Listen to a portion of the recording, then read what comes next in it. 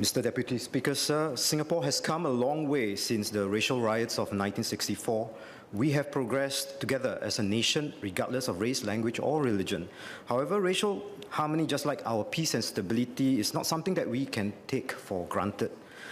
A recent study revealed that 56% of respondents are of the view that racism is an important problem in Singapore, up from 46% in 2016. This trend underscores the need for proactive measures to address the underlying causes of racial tensions. Fortunately, a significant majority, about 70%, acknowledges that legislative tools are still useful in safeguarding racial and religious harmony in our society. This bill thus presents an opportunity to strengthen our commitment in fostering a cohesive and inclusive society. Now, before I seek specific clarifications in this bill, I would like to highlight the importance of, firstly, the roles that we all play to maintain racial harmony, and secondly, the continued importance of our existing race-based integration policies and organizations, which complements the objectives set out in this bill. While I applaud the bill introduces legal tools such as restraining orders and community remedial measures, I believe that we must also tackle the root causes of racial tensions, and at the heart of it, racism. This bill is not a panacea. We as a society must do our part to safeguard against prejudices and discrimination through indirect means like casual racism. Now, it remains a pervasive issue, often dismissed as unintentional or harmless. Yet, research shows that such behaviors perpetuate discrimination and exclusion. Whether in a family setting or workplace, this must be addressed with both clarity and conviction. The work needed to maintain racial harmony cannot be left to the enforcement mechanism in this bill or any other piece of legislation. It must begin in our schools, our workplaces, and our homes. For instance, we can introduce stronger education initiatives like compulsory racial sensitivity training in schools and workplaces to counter unconscious biases. At workplaces, we can encourage positive interracial interactions by fostering a culture of understanding and empathy. Businesses can also establish concrete anti-discrimination policies that evolve with and reflect current societal attitudes. When every individual, regardless of race, language, or religion, feels respected and valued, then racial harmony is not just enforced, but deeply ingrained in our society.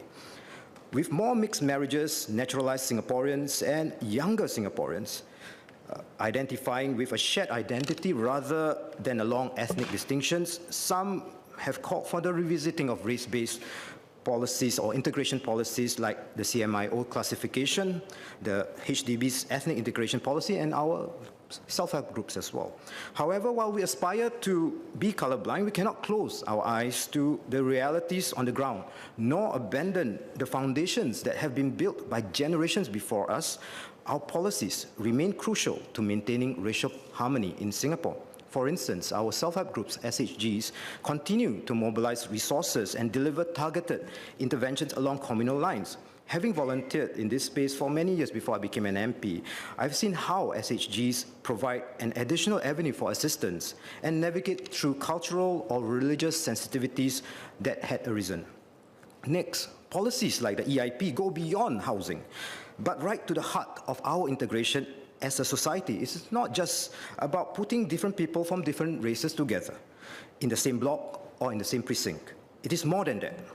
It shapes generations and how we mold ourselves together. Once people of different races live together, they become neighbors, they become friends, their children grow up together, they help one another and learn to live together. Regardless of whether we speak less of our mother tongues or erase race from our identity cards, our race and identity stays with us wherever we go. We can have various legislations or campaigns, but ultimately, racial harmony depends on each and every one of us. That is why this bill, while grants significant powers to intervene in racial disputes, a community-led approach will be more effective in supplementing and fostering long-term racial harmony. No amount of laws can change the heart of a community. With that, I move to my clarifications, Mr. Deputy Speaker. My first set of clarifications relate to the provisions that protect our racial organizations against foreign interference, trying to exploit racial lines or undermine our racial harmony. This bill draws parallel with the Foreign Interference Countermeasures Act, FICA, in respect of restraining orders. Under FICA, such interference includes actions that incite or are likely to incite feelings of enmity, hatred, or ill will between different groups in Singapore, endangering public peace and order. Just like Honourable Member Mr. Yip Hon Wing, I join him in his clarification on the overlap between FICA and this bill. Why are similar provisions required in two separate legislations, and whether, given the possible overlap, how will the Ministry appropriately ensure that the powers in both legislations will be exercised judiciously? Secondly, to date, there have been no public reported prosecutions under FICA. However, its provisions remain a critical safeguard against foreign interference. Has FICA been enforced since its implementation? Thirdly, I note the automatic inclusion in this bill for clan and business associations linked to the Chinese, Malay, and Indian races. What about individual businesses that do not belong to such associations but have deep links to foreign organizations? Fourthly, I understand that MHA has stated that at this juncture it is not necessary nor desirable for the safeguards in this bill to apply to all race-based organizations because they are a much larger and a more diverse group. However, can the Minister assure the House that MHA will continually review the list by monitoring race-based organizations and their activities? In this regard, will there be an avenue for reporting by members of the public or whistleblowers for MHA to follow up on investigation or further assessment? My next set of clarifications relate to the Community Remedial Initiative, CRI, as envisaged under Clause 41 of the bill. This provision allows offenders to participate in reparative programs such as community service or educational workshops as an alternative to custodial sentences or fines. Similar restorative justice programs exist globally, such as in New Zealand's family group conferences and Canada's indigenous sentencing circles. Locally, we have seen success with community-based sentencing in other areas, such as youth rehabilitation programs. By emphasizing rehabilitation over punishment, the CRI aligns with our broader goal of fostering understanding and harmony. Firstly, may I ask the Minister whether the CRI or similar scheme for maintenance of racial harmony has been implemented locally or globally before? What are the intended outcomes for the CRI, for the perpetrators or the individuals or the community affected by the offence? I appreciate that the Minister has stated that CRI will involve creating awareness on the impact on affected community, making amends or amendments or suitable reparations, and thirdly, guided reflections for offenders. I hope that the CRI will be tailored to the specific circumstance depending on the racial sensitivities. It could include structured programs such as racial sensitivity workshops where offenders can engage in facilitated discussions to understand the impact of their actions, the hurt, and learn about different cultures. Secondly, community service through interracial community projects in order to foster deeper empathy and understanding. And thirdly, dialogue sessions between the offenders and members of the affected community to promote reconciliation. Thirdly, for such CRI, would the close or immediate family members of the offender be involved or be a participant as well? Because this may help the rehabilitation of the offender on a long-term basis if his close family or home environment is also taken into consideration. Fourthly, to build public trust in the CRI, we must ensure transparency and rigour in its implementation. What are the measures that the Ministry will take in this regard? Would there be clear published guidelines on detailed criteria for eligibility and program requirements for CRI?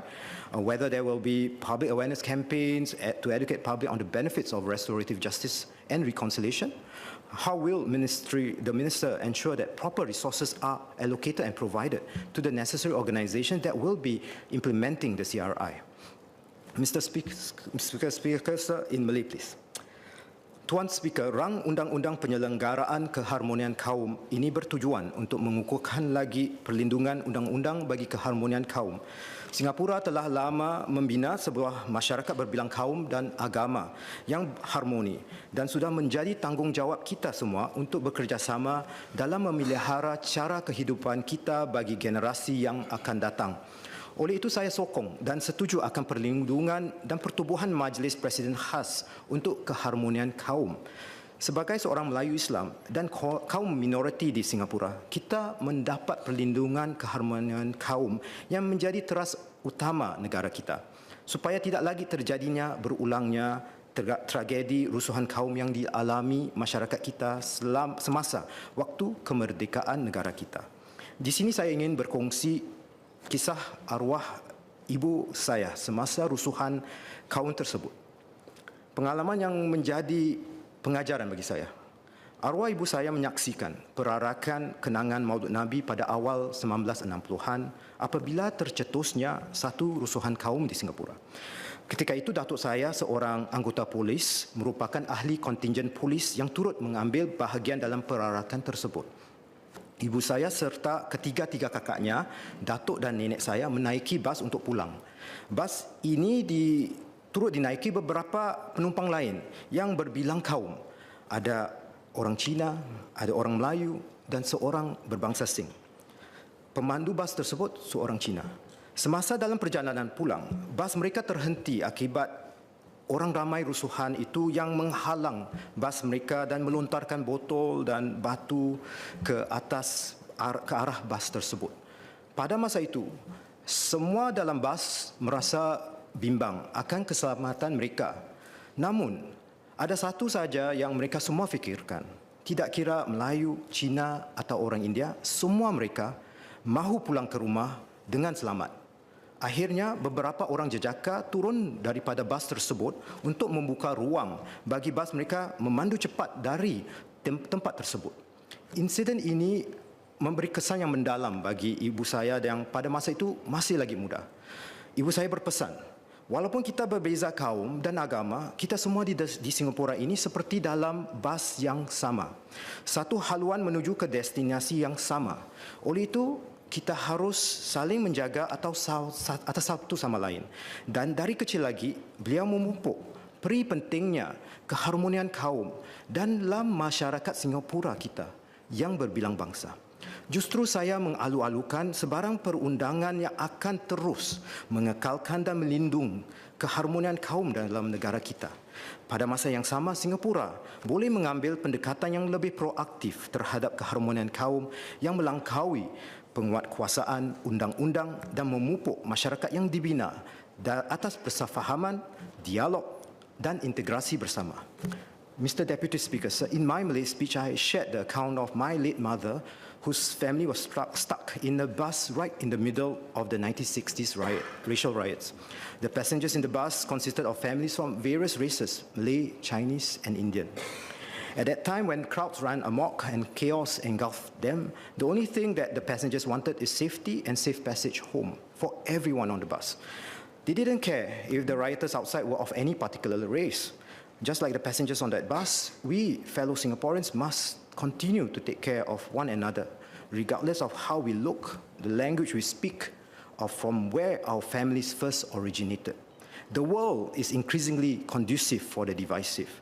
We are all on the same boat, heading in one direction towards the same destination. Racial harmony in our nation is integral to our survival and progress. This bill is testament to Singapore's unwavering commitment to racial harmony. However, its success will depend on careful implementation, balancing legal enforcement with education, dialogue, and community empowerment.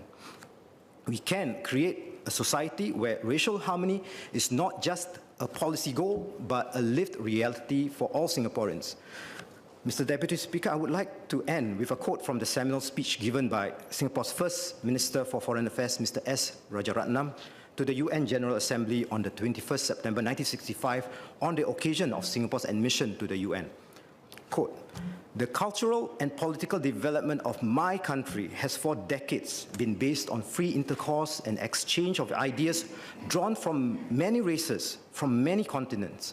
The multiracial and multicultural character of my country has made us somewhat skeptical of those who preach the superiority and exclusiveness of one culture and one race.